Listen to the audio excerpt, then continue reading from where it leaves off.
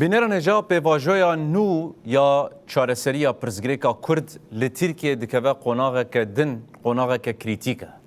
Şandeya İmraliyeya Dem Partî piştî 57 rojan yanî nêzîkî du mehan îro çûn giravê û li gel Rêber Abdullah Öcalan hevdîtin pêk anên.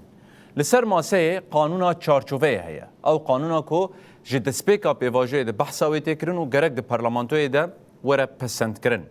Hemwextî wê de sibe serokê parlamentoya Tirkiye li gel hevserokên giştiyên Dem Partiye bicive. Rêveberên AKP jî dibêjin parlamento bikeve betlaneyê jî dikare ji nişka ve were vekirin.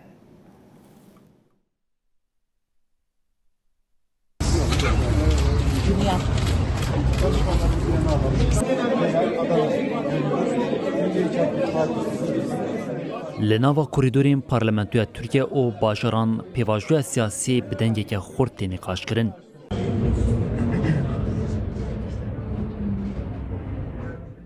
Di nava heftiya dawiyê de hevdîtinê di navbera Dem Partî, AKP û MHP de li nava welat rojeveke sereke da bo avakirin.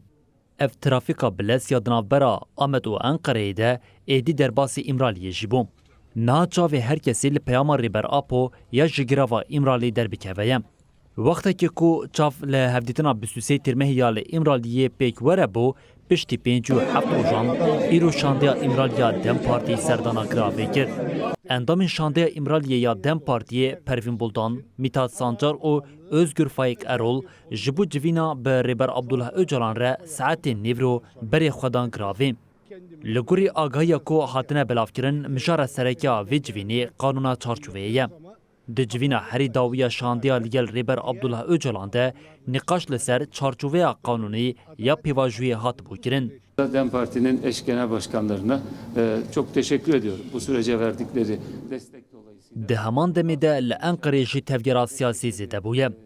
Serokê Parlamentoya Tirkiye Numan Kurtulmuş wê 21 tîrmehê destpêkê bi serokê MHP Devlet Bahçeli û piştre bi hevserokên Dem Partiyê Tolay Hatemoğulları û Tuncer Bakırhan re bicive. Li gorî agahiyan Kurtulmuş wê di van civîna de li gel qanûna çarçoveyê fikir û pêşniyarên partiyan bisîne û ji bo peydakirina lihevkirineke siyasî bixebite. Piştre jî tê payên ku civîn bi AKP û partiyên din re dewam bike. Di aliyê din de AKP jî destnîşan kiriye ku heke pêdivî hebe meclis dikare di dema betlaneyê de bi civînekê awarte kom bibe û qanûna çarçoveyê were nîqaşkirin û pejirandin. Hem civîna şandeyê İmraliya bi Rêber Abdullah Öcalan re û hem jî rêzecivînên li parlamentoyê ji aliyê çavdêran ve weke gavên diyarker ji bo paşeroja pêvajoyê têne nirxandin. Çav li encama van civînanan ku dê di rojên bê de rê û astengiya pêvajoya siyasî yan nû zelal bike.